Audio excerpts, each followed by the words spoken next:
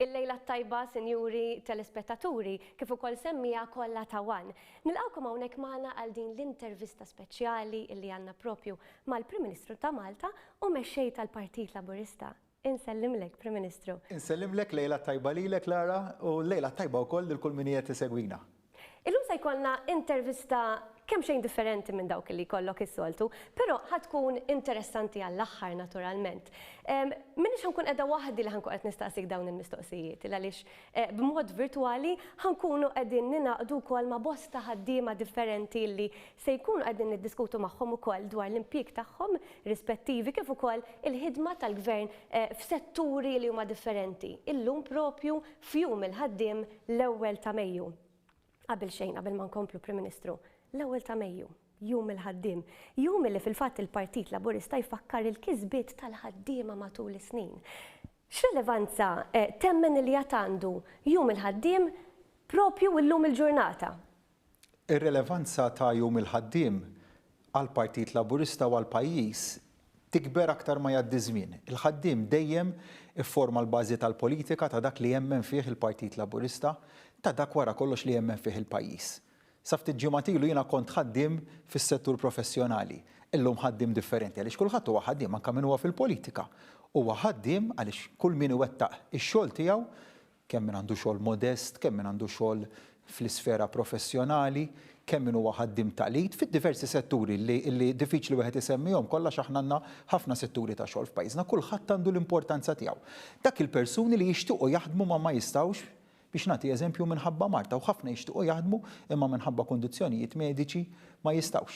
Il-pensjonanti wkoll li jagħmlu l-ħajja tagħhom jaħdmu. Illum qegħdin niċċelebraw dak il-jum tant speċjali u iva allura rilevanza ta' jum il-ħaddiem fl-isfera politika, fl-isfera tal-pajjiż mod ġenerali tibqa' dejjem tikber l-importanza tal-ħaddiem kemm għall-prosperità tkabbir ekonomiku ta' pajjiż il-ħaddiem li flimkien ma' negozji, flimkien ma' min iħaddem niffurmaw flimkien din l-unità, din l-għaqda illi bis-saħħa tagħha nibqgħu mixjin il-qudiem bħala pajjiż u tant noħolqu ġid għall-Maltin, għall-Lawċin u għall-pajjiż mod ġenerali. L-edukazzjoni u x-xogħol dawn huma iċ-ċavetta għall progress f'pajjiż. Fil-fatt huma żewġ setturi li huma l-qalb ħafna il-Partit Laburista. Però mhux biss qegħdin naraw il-progress iktar ma jgħaddi żminijiet fil-fatt. Qegħdin naraw ukoll riżultati bil-fatti.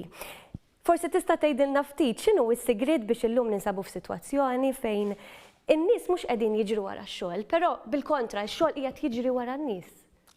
Iva, u biex wasalna f'din is-sitwazzjoni ħdimna ħafna bħala gvern f'dawn l-aħħar snin li nammexxu l-pajjiż mill-2013 sal-lum iwritna realtà differenti fejn il-ħaddiema kienu jiġru wara x-xogħol u kif għattajjeb inti llum ix-xogħol qed jiġri wara l-ħaddiema.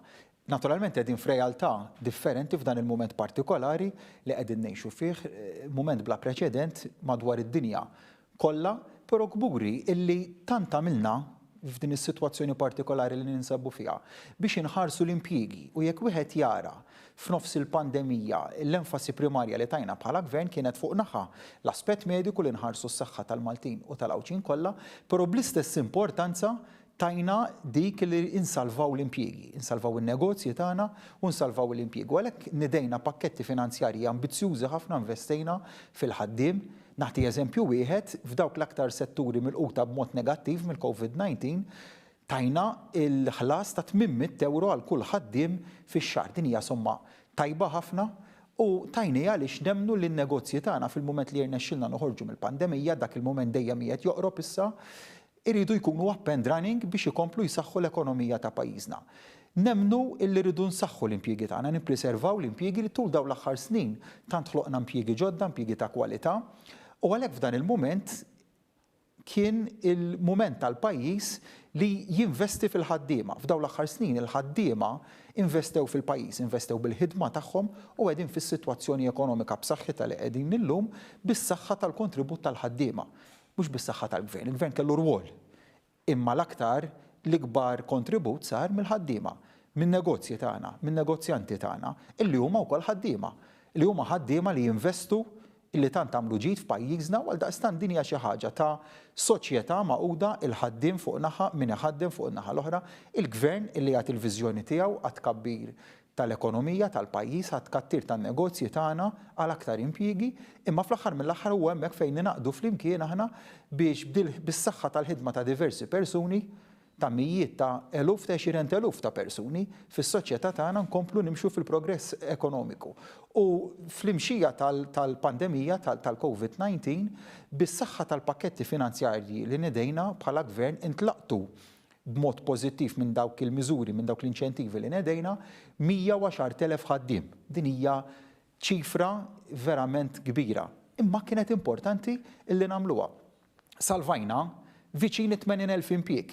Dawn huma r-realtajiet ta' dak li rnexxilna nagħmlu. Irnexxilna nagħmlu b'mod kollettiv, għamilna ħafna, fadal x'nagħmlu, fadal aktar miżuri x'nibqgħu inniedu sabiex fl-aħħar mill-aħħar it-target jibqa' biex f'dak il-ġurnata li nistgħu ngħidu li aħna ħriġna mill-pandemija li ninsabu fiha, nerġgħu naħarbu niġru l qudiem u mhux biss nirreplikaw is-suċċessi ekonomiċi li kellna, imma nagħmlu iżjed. Jien ambizzjuż, fiduċjuż illi rridu nagħmlu iżjed minn dak illi konna sa ftit ġimgħat ilu.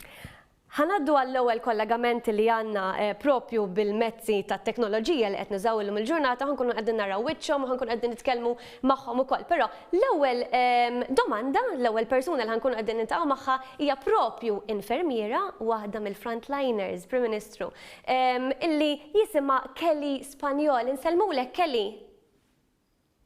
Nsemmilkom. Nsellmulek Kelly. Kelly, inti waħda mill-frontliners illi għandna bħalissa, ovvjament, naturalment, flimkien mal-ħaddiema l-oħrajn li jaħdmu fis-settur tas-saħħa u oħrajn li qed jagħtu servizz propju f'dan iż-żmien li huwa ta' challenge kbira lina l-Maltin. Jiena nirrelata ħafna miegħek għax jiena infermiera bħalek, imma ħanħalli f'idejk issa biex tkellimna ftit dwar ix-xogħol tiegħek u dak kollu li tixtieq illi tgħaddi llum hawnhekk lill-Prim Ministru ta' Malta. Basikament jiena naħdem fil-section ta' stomach fil-hematology ward. L-mistoqsija tiegħi għallejla hija basikament bħala infermiera għandu ngħid kemm ix-xogħol fl-aħħar snin mhux biss kiber iżdied, imma wkoll fl-istess ħin sar aktar aċċessibbli. Illum il-ġurnata qed naħdmu b'aktar apparat sofistikat u modern, u dan qed tkun ta' benefiċċju kbir għall-pazjenti tagħna kif ukoll għalina għax qed jiffaċilita x-xogħol tagħna u fl-istess ħin qed iħajjar ħafna issa biex jitlu jaħdmu fil-qasam tas-saħħa. X'tikkummenta fuq dan? Insellimlek mill-ġdid Kelly, nixtieq nibda b'kelma ta' ringrazzjament. Ringrazzjament lejk, lej il-kollegi kollha tiegħek fil-qasam mediku, tobba, nurses, il-frontliners kollha mingħajr ma noqgħod nindividwalizza x'tant hemm persuni illi f'dan il-mument tant tagħmlu ġid tal-pajjiżna, tant għandna x'nibqgħu rikonoxxenti lejhom bħala pajjiż qatt jgħaddu xhur, qatt jgħaddu snin u dan il-mument se jibqa' nfakkar għas-servizz eċċezzjonali li intom flimkien tajtu. Ħaddiema Maltin, ħaddiema barranin ukoll li flimkien qegħdin niffurmaw dan in-nukleu wieħed li bih il-frontliners kollha tagħna qegħdin isaħħu u jieħdu ħsieb is-saħħa tal-poplu Malti u Għawċi u ta' kull min qiegħed residenti fil-Gżejjer Maltin f'dan il-mument. Għasanna kliem biżżejjed biex nirringrazzjawkom ta' dak kollu li għamiltu. Iva, l-investiment li għamilna fis-saħħa ta' pajjiżna fil-qasam mediku huwa importanti.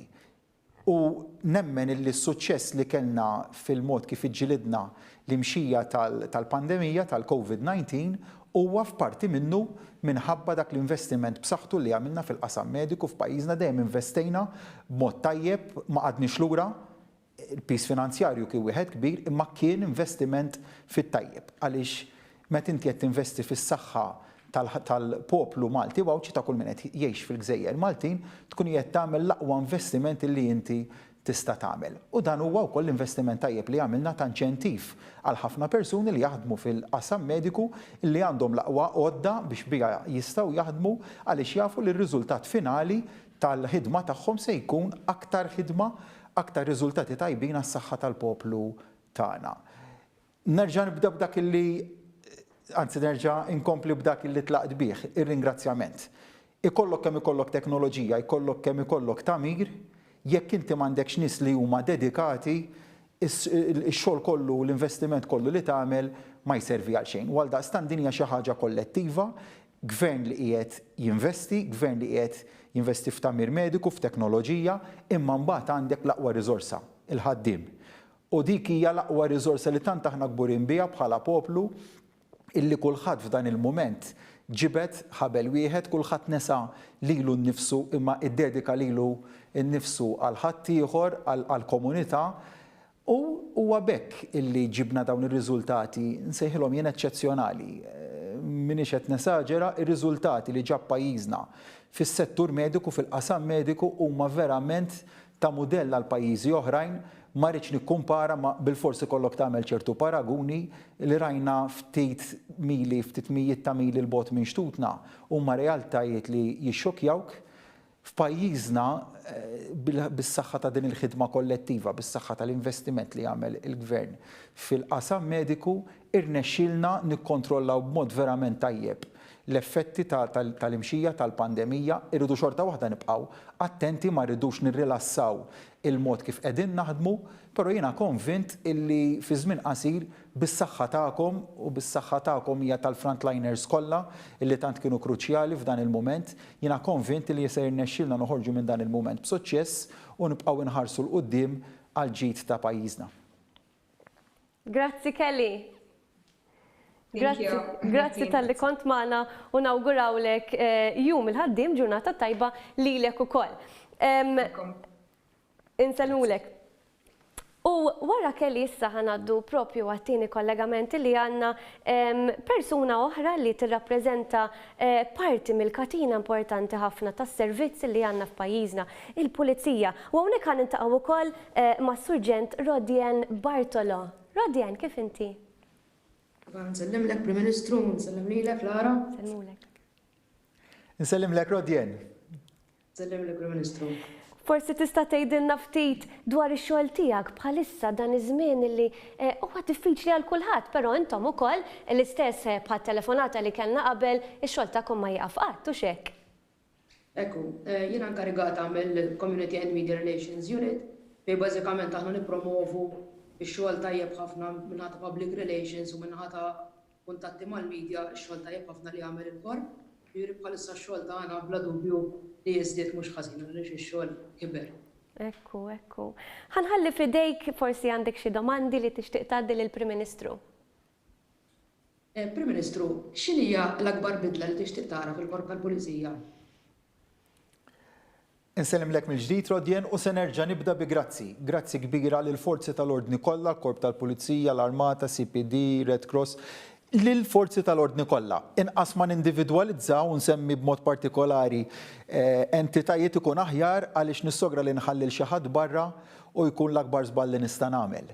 Tant kienet xi ħaġa kollettiva li kulħadd ħadem flimkien f'dan il-mument partikolari, bekk kellna s-suċċessi illi kellna.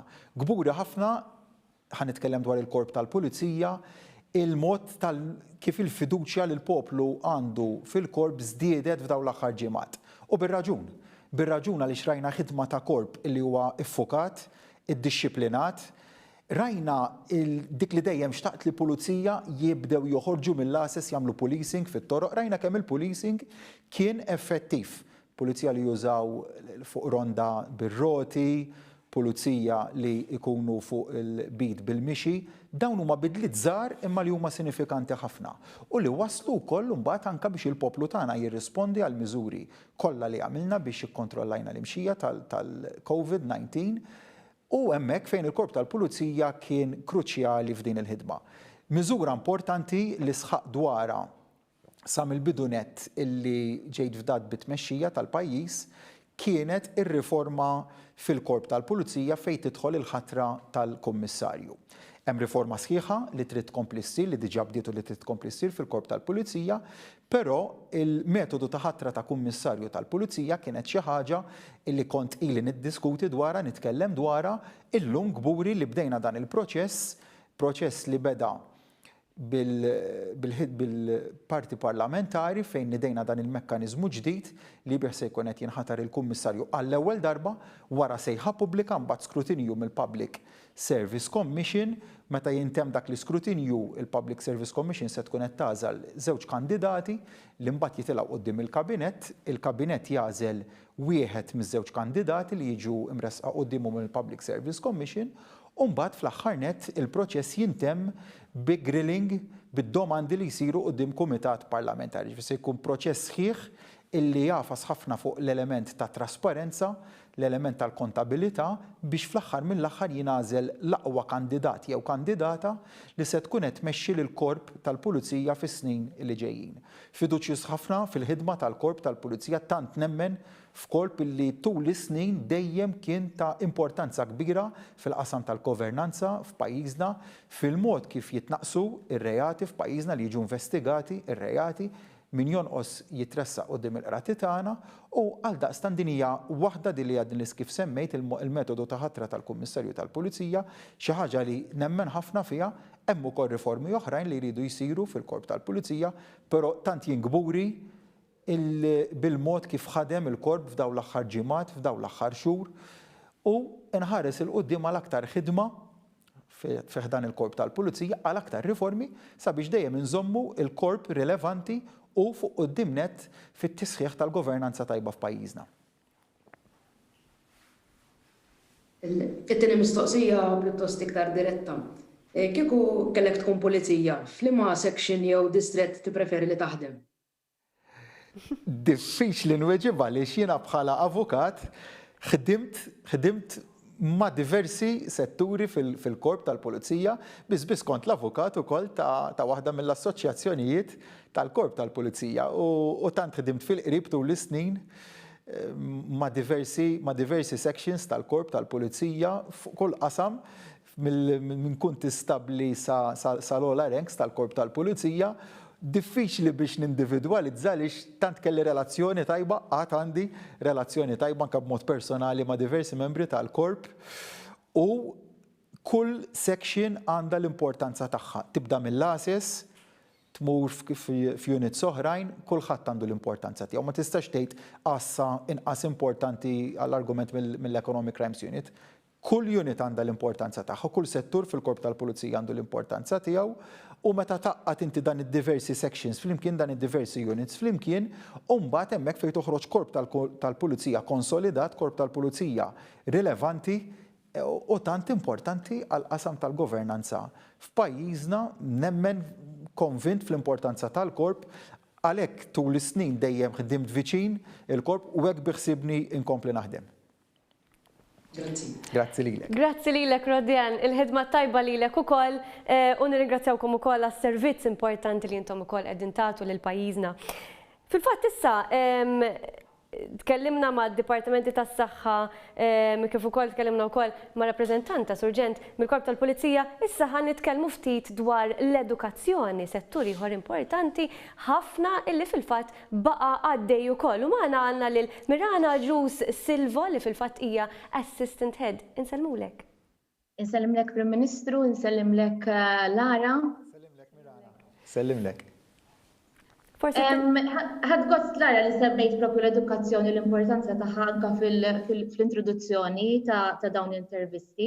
Għaliex naħseb li fis-settur tagħna il-ħaddiema u edukaturi kollha li bħalissa għaddejjin fil-ħidma tagħhom kellhom jagħmlu daqsxejn ta' effort speċjali ngħid jien, kellhom jagħmlu kambjamenti mill-lum għall-għada, kellhom jitilqu s-sigurtà tal-klassi u jippruvaw iwasslu t-tagħlim b'mod differenti u naħseb li nimmissew ħafna anke il-kuntatt fiżiku u l-kuntatt li għandna mat-tfal. Nimmaġina. Però għandkom dak il-kuntatt li qegħdin tagħmlu propju anke bit-teknoloġija u x'hekk il-lezzjonijiet reġgħu għaddejjin. Iva, kulħadd jagħmel l-almu tiegħu, l-għodot kienu hemmhekk nistgħu ngħidu, allura ma damux ma bdejna il-proċess li nibdew inħadmuhom. Ovvjament kulħadd ikollu limitazzjonijiet tiegħu, kollu il-way tiegħu kif iħossu l-aħjar li jwassal it-tagħlim, imma kulħadd qed jagħmel l-almu tiegħu kif jista'. Naturalment. Forsi ħanħalli f'idejk jekk tixtieq tgħaddi xi mistoqsija wkoll. Iva, Prim Ministru, permezz tal-ħidma proattiva tal-Gvern Malti, pajjiżna kien wieħed mill-ewwel pajjiżi fl-Unjoni Ewropea li fis-settur ta' edukazzjoni ġab nistgħu ngħidu kunsens nazzjonali u mexxa t-triq il-quddiem fuq se jiġri f'kull settur edukattiv, mill-edukazzjoni primarja sa dik terzjarja, anka fejn għandhom x'jaqsmu l-eżamijiet. Kemm kienet importanti din il-ħidma iffukata ġid tal-istudent? Grazzi Mirana, semmejt qabel ma niġi għad-domanda tiegħek semmejt punt importanti ħafna li l-għodot kienu qegħdin hemmhekk.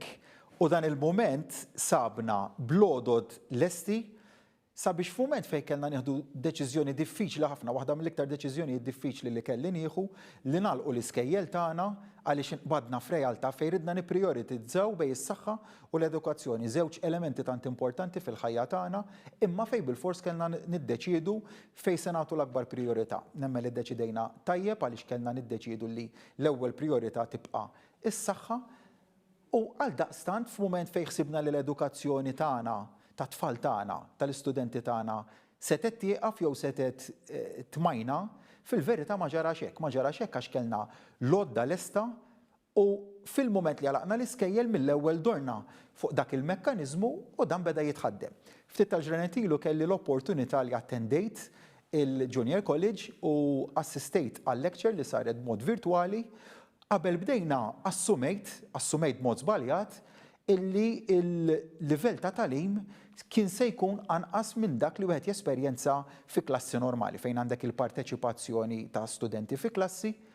Ma ġarax hekk għax il-metodu ta' kif sar it-tagħlim f'dik il-lezzjoni partikolari kien ma ngħidx kien inqas, kien ekwivalenti għal mod kif wieħed isir għal mod tradizzjonali. Nifhem li l-preżenza fiżika tibqa' l-metodu preferut tat-tagħlim tagħna, imma ġustajna għal din ir-realtà ġdida u nemmen ukoll li s-suċċess tagħha qatt iridu narawh għaliex fil-mument li se nerġgħu niftħu l-iskejjel tagħna, l-istituzzjonijiet edukattivi kollha tagħna, se naraw ukoll li dan kien sostitut vijabbli, mhux biss sostitut imma jaf ukoll jibqa' alternattiva anke meta nerġgħu niftħu l-iskejjel tagħna fejn nabbinaw kemm il-parteċipazzjoni, il-preżenza fiżika fl-iskejjel tagħna fil-klassijiet tagħna, imma wkoll it-tagħlim virtwali li jibqa' wieħed rilevanti u daqstant ieħor importanti.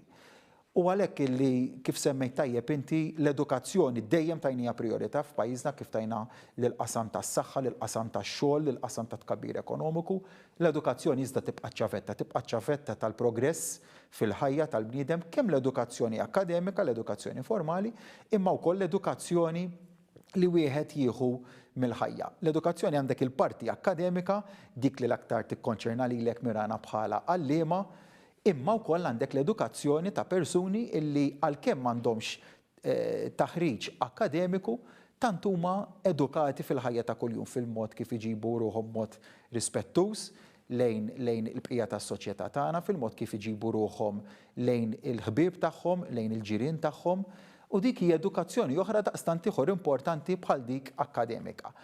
Il-messaġġ sempliċi tiegħi li ngħaddi llum huwa kull għandna nibqgħu ninvestu fl-edukazzjoni tagħna. Iktar ma tinvesti, iktar se jkollok soċjetà b'saħħitha għada, qatt ma tista' tinvesti biżżejjed fl-edukazzjoni għaliex l-edukazzjoni tibqa' tifforma l-bażi tal-progress ekonomiku, tal-progress soċjali tal-pajjiż tant importanti l-progress soċjali ta' kif aħna fl-aħħar mill-aħħar qed noħolqu soċjetà aħjar, bnedmin aħjar, bnedmin b'aktar valuri illi jiddefinixxu l-bniedem it-tajjeb fil-bniedem u hemmhekk fejn l-edukazzjoni tibqa' ta' priorità u għaldaqstant bħala gvern kommessi li iva nibqgħu ninvestu nibqgħu fuq quddiem nett sabiex niżguraw li għada jkollna soċjetà dejjem aktar b'saħħitha milli għandna llum.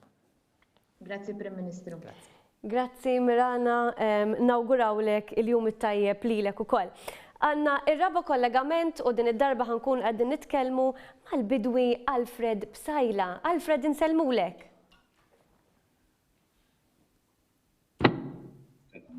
Alfred, kif inti? Insellmulkom.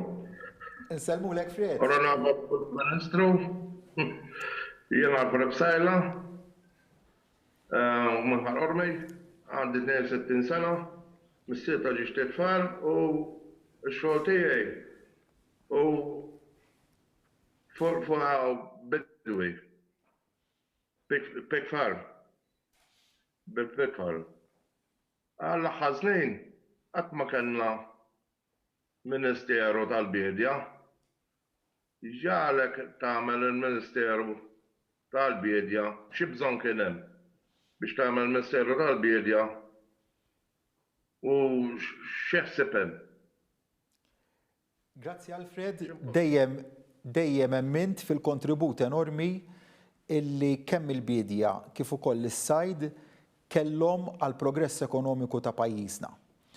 Walkemm qabel kellna segretarjat li tajjeb illi ngħid illi għamel ħafna ħidma għat kabbir tal-bidja u s-sajd f'pajjiżna, fit-tfassil tal-kabinet il-ġdid ħassejt illi kellna nelevaw dak is-segretarjat għall-Ministeru u dan kien propju biex nenforza l-messaġġ illi dan il-gvern verament huwa kommess li jieħu ħsieb dawn iż-żewġ setturi tant importanti għal pajjiżna, tant importanti għat kabbir tal-pajjiż u huwa wkoll rikonoxximent għal ħidma ta' persuni bħalek li b'tant dedikazzjoni tul is-snin ħdimtu f'qasam ta' bidja, rikonoxximent ukoll lejn is-sajjieda tagħna, messaġġ ċar illi bħala gvern se nibqgħu nikkultivaw u nieħdu ħsieb dawn iż-żewġ setturi. Din il-ħidma jiena beħsib li nkompli wkoll fuq livell Ewropew.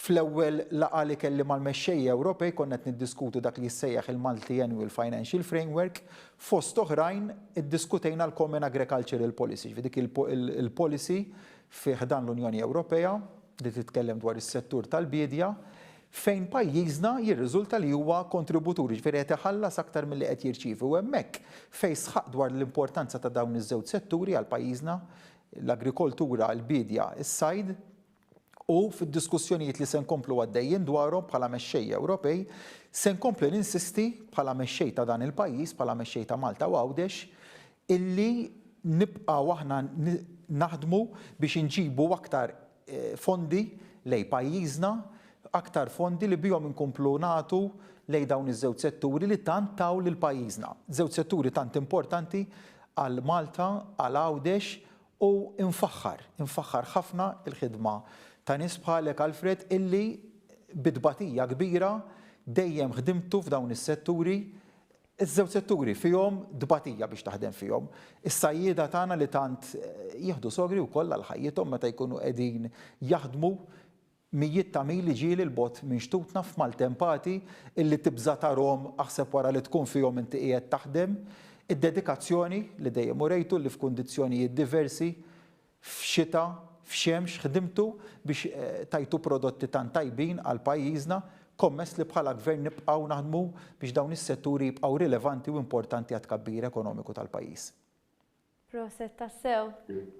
Nirringrazzjawk Alfred. Il-jum it-tajjeb lilek ukoll.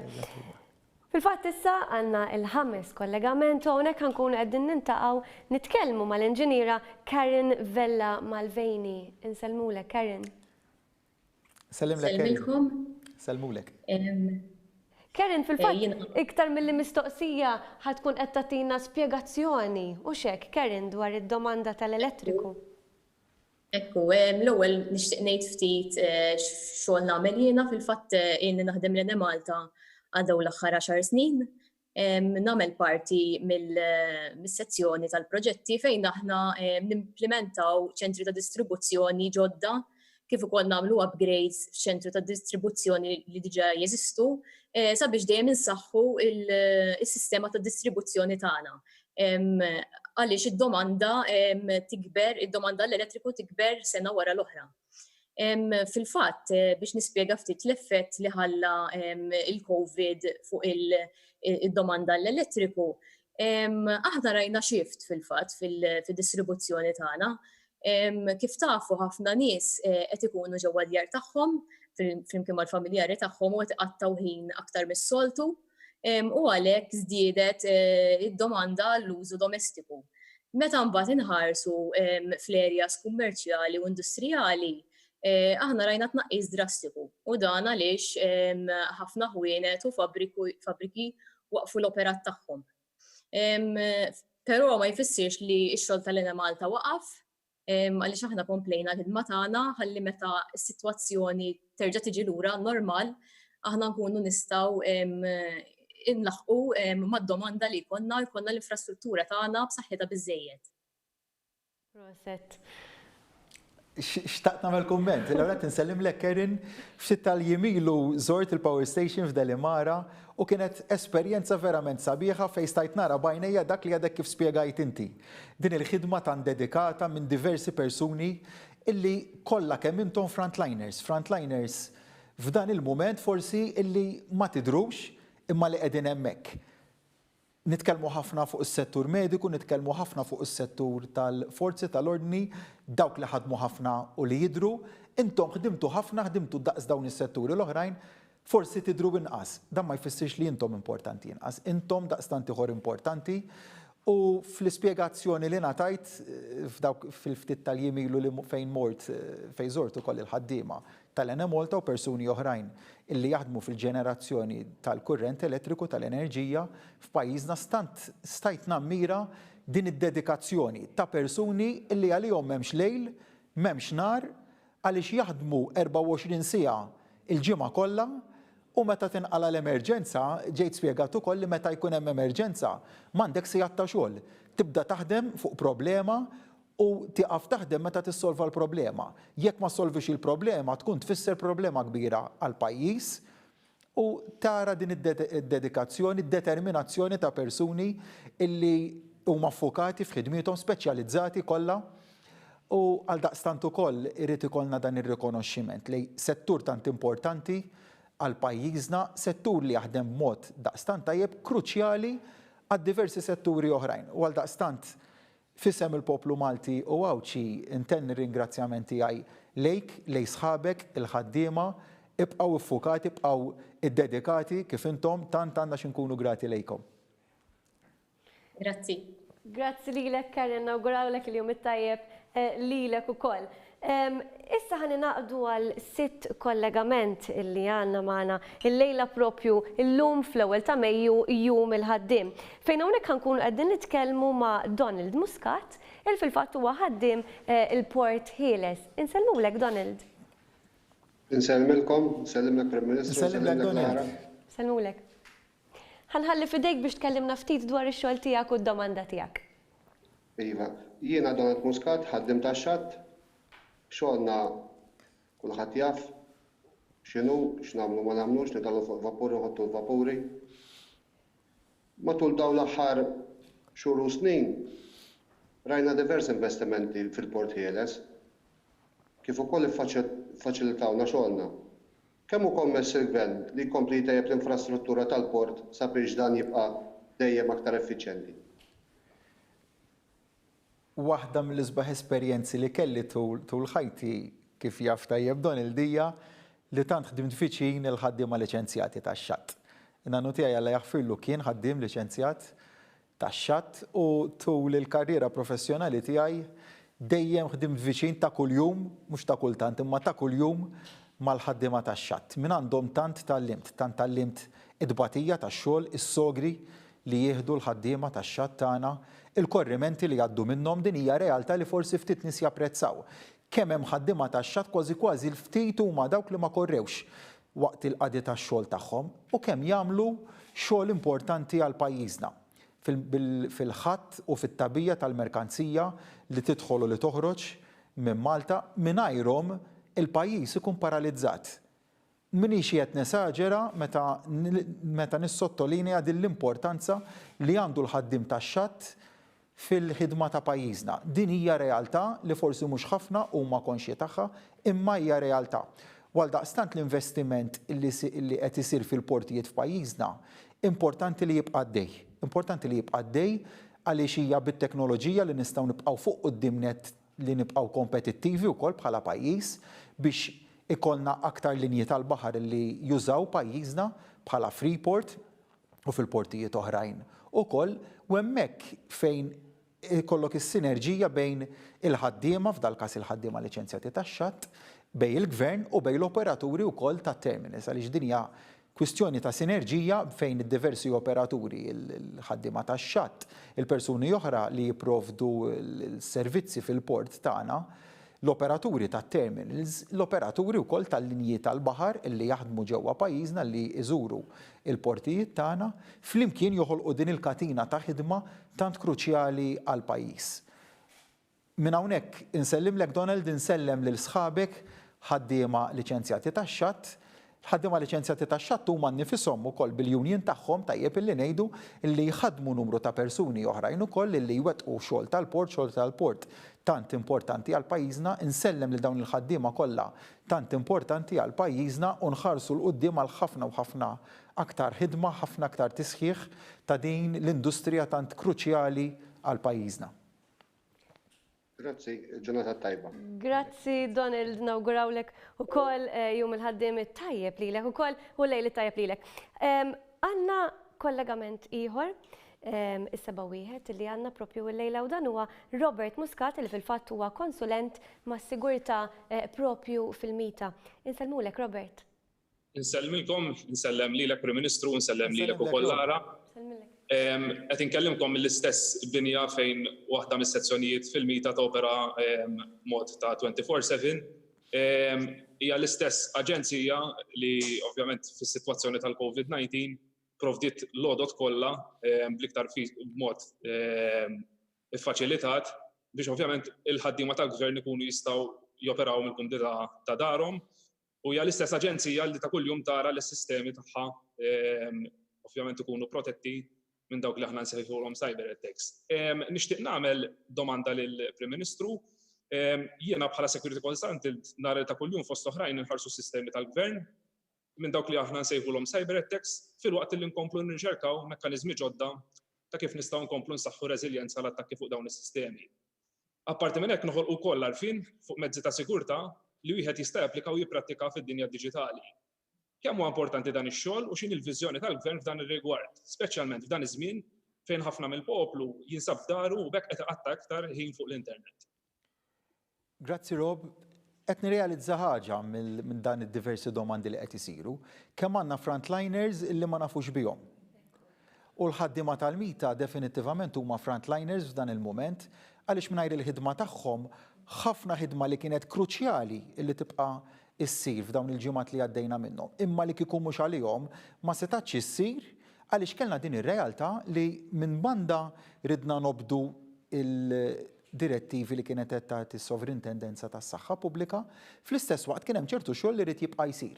Kien bis-saħħa ta' dawn il-pjattaformi ġodda illi nħolqu illi x-xogħol seta' jsir u fl-istess waqt nibqgħu nobdu ir-regolamenti li kienet qed tagħtina s-supretendent tas-saħħa pubblika.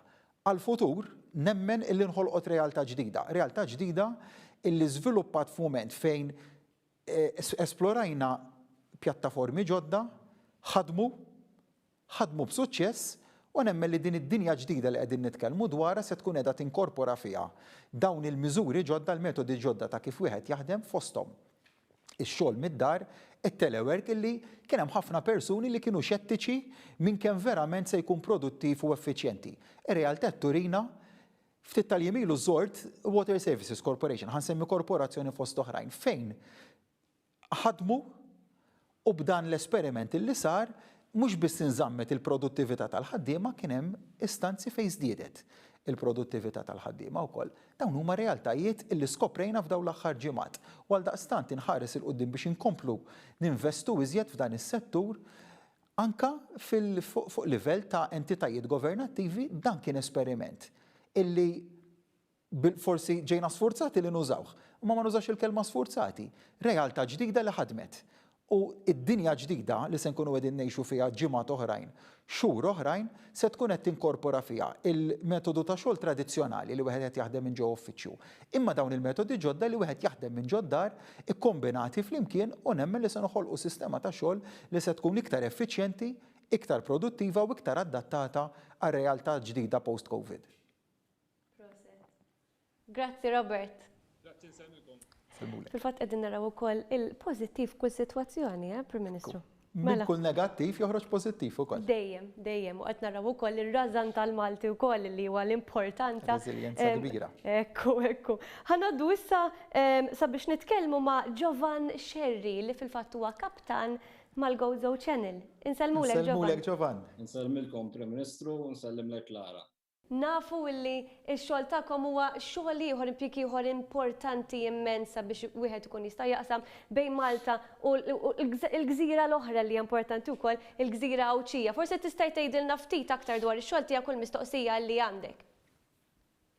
Mela, impjegat mal-Gozo Channel, kumpanija li bħalma jaf kulħadd għal tant snin offrit is-servizz ta' ġar ta' merkanzija u passiġġieri bejn Malta u Għawdex u viċi versa.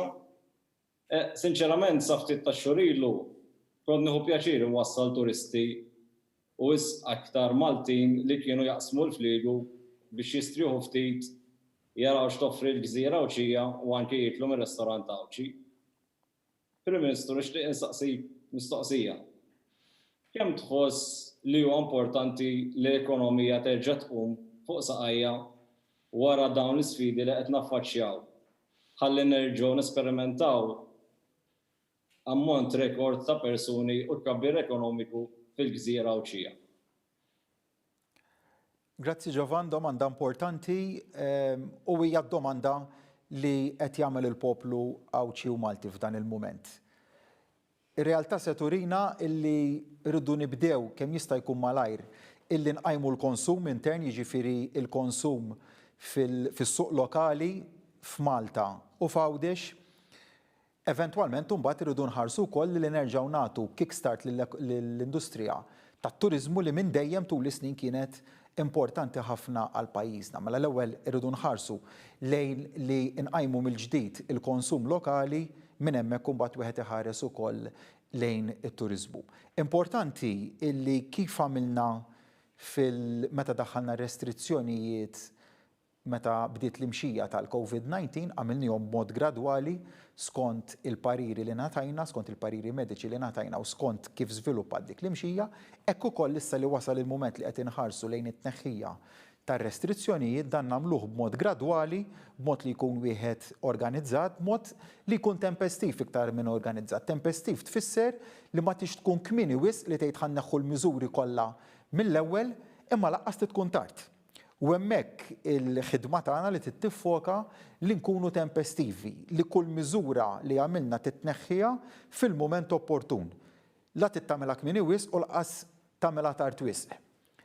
Meta aħna se nħarsu mbagħad lejn l-istrateġija kollha meta tgħaddi din il-pandemija kollha minn fuqna u nħarsu lejn il-mod kif il-gvern ikun ħadem f'din l-istrateġija se nħarsu lejn l-ewwel fażi jiena nqisha bħala dik fejn daħħalna l-miżuri restrittivi, it-tieni fażi fejn se nkunu qegħdin inneħħu dak il-miżuri restrittivi u startjajna mill-ġdid l-ekonomija tagħna. Aktar milli ngħid startjajna mill-ġdid aħna ħdimna b'mod li l-ekonomija ħallejniha għaddejja huwa naturali b'livell inqas minn dak li kienet fih qabel bdiet il-pandemija, imma x'konna attenti biżżejjed ħallejna l-ekonomija għaddejja.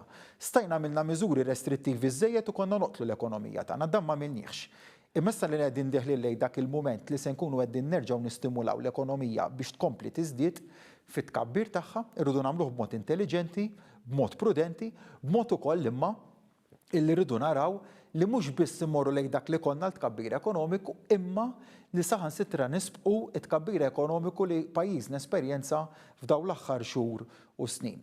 Nemmen u fiduċjuż li se noħorġu minn dan il-mument għaliex nemmen fir-reżiljenza tal-poplu Malti u Awċir fir-reżiljenza tal-ekonomija tagħna fuq kollox nemmen fil-ħiliet tal-ħaddiema u tan-negozji tagħna li flimkien se nkunu qegħdin niġbdu dan il-ħabel wieħed u nħarsu il-qudiem lejn futur sabiħ li jkun jiġbor fih dak it-tkabbir ekonomiku li tant tagħmel ġid lil ħaddiema lil persuni kollha Maltin u Awċin u kull min jgħix fil-Gżejjer tagħna. Ringrazzjak, Grazzi lilek Giovan. Ħanaddu issa għall-aħħar kollegament u hawnhekk ħaninaqdu ma' Albert Mikallef. Albert huwa pensjonant. Insellmulek. Insellmilkom, jiena Albert Mikallef, pensjonant ta' 65 sena, għandi familja ta' mara u ġiex tfal, daw l-aħħar 30 sena ħdem ġo fabbrika bi-3 shift, nagħmlu l-washers. Nixtieq nirringrazzja lill-Partit Laburista għall-aħħar 5 snin li tagħna l-pensjoni żieda. U nixtieq nistaqsi lill-Prim Ministru taħseb li huwa importanti li din iż-żieda tibqa' tingħata biex aħna nibqgħu ingawdu dak li vera jixraqilna? Insellimlek mill-ġdid Albert se wieġbek domanda. Inti għamilt li domanda u se wieġbek domanda. Bis-saħħa ta' min il-pajjiż jinstab tant b'saħħtu llum. Bis-saħħa tal-pensjonanti tagħna fost oħrajn. Għaliex kienet bil-ħidma tagħhom illi l-pajjiż esperjenza tant prosperità ekonomika u llum kif kien f'dawn l-aħħar snin huwa l-mument fejn il-pajjiż irott lura dik il-ħidma b'rikonoxximent ta' tant snin ta' servizz. Għaldaqstant dik il-prijorità ta' pensjonijiet b'saħħithom li kien hemm mal-Partit Laburista għada priorità u tibqa' priorità l-inqas li nistgħu nagħmlu bħala ringrazzjament lejn tant u tant pensjonanti li bis-saħħa tagħhom qegħdin nesperjenzaw tant ġid illum. U jiena ma nqis dawn is-siġġimat bħala iva huma perjodu li għaddew huma perjodu negattiv illi għexna minnu imma nħares ukoll lejn il-futur, nħares lejn futur fil-qarib, mhux futur distanti imma futur fil-qarib fejn se nerġgħu nebdew nesperjenzaw tkabbir ekonomiku li rridu nsarfuh fost oħrajn f'pensjonijiet dejjem aktar b'saħħithom sabiex niżguraw il-kwalità ta' ħajja, l-livell ta' għajxien tal-ġenituri tagħna, tan-nanniet tagħna, tal-anzjani tagħna, tal-pensjonanti tagħna b'mod ġenerali li tant ikkontribwew għall-pajjiż u llum huwa l-mument illi l-pajjiż jirrikonoxxi dik il-ħidma u jpatti lura b'rikonoxximent li jkun jinkludi pensjonijiet dejjem aktar b'saħħithom biex dan il-kwalità ta' ħajja tal-pensjonanti tagħna, tal-pensjonanti kollha tagħna kemm dawk li għandhom pensjoni kontributorja kif ukoll dawk li għandhom pensjoni non kontributorja ikunu dejjem jistgħu jesperjenzaw kwalità ta' ħajja tajba hekk kif jixraq lilhom. Grazzi lilek. Il-lejl tajjeb. Waħna propju hawnhekk wasalna fit-tmiem din l-intervista, intervista interessanti ħafna, intervista differenti għalik ukoll Aziz Prim Ministru. Jiena kienet ta' unur kbira li li nagħmellek din l-intervista u ma stajtx ma ninnutax il-pożittività sabiħa li inti għandek illi anke propju f'dan iż-żmien illi forsi jista' jkun diffiċli għal ħafna nies ukoll anke mentalment u psikoloġikament ukoll irnexxielna naraw ukoll anke sabiħ ta' dan il-perjodu wkoll u r-rażan tal-Malti. Ħadd pjaċir ħafna nitkellem kemm miegħek kemm mal-ħaddiema tagħna u tara kemm il-Malti u l-Awċi verament huma qalbhom kbira. Stajt tara il-passjoni fid-domandi li bdew isiru fil-kummenti, nies li verament huma appassjonati f'xogħolhom li jħobbu l-xogħolhom mhux taħdem ta' bil-fors. Taħdem għax tkun tħobb ix-xogħol tiegħek, tkun dedikat għax-xogħol tiegħek. U temmen illi x-xogħol tiegħek mhuwiex biss ta' valur għalek innifsek, ix-xogħol huwa jagħti valur, jagħti dinjità lil bniedem, imma ta' kontribut kbir għal ħaddieħor. U tara kemm kull persuna li ddiskutejna magħha llejla tara dik il-kwalità fiha, gburija bix-xogħol tagħha, gburija bil-valur tax-xogħol tagħha. Għaliha imma fuq kollox għal ħaddieħor. U nemmen ukoll li din hija l-kwalità li se tiddistingwi lil pajjiżna għall-futur.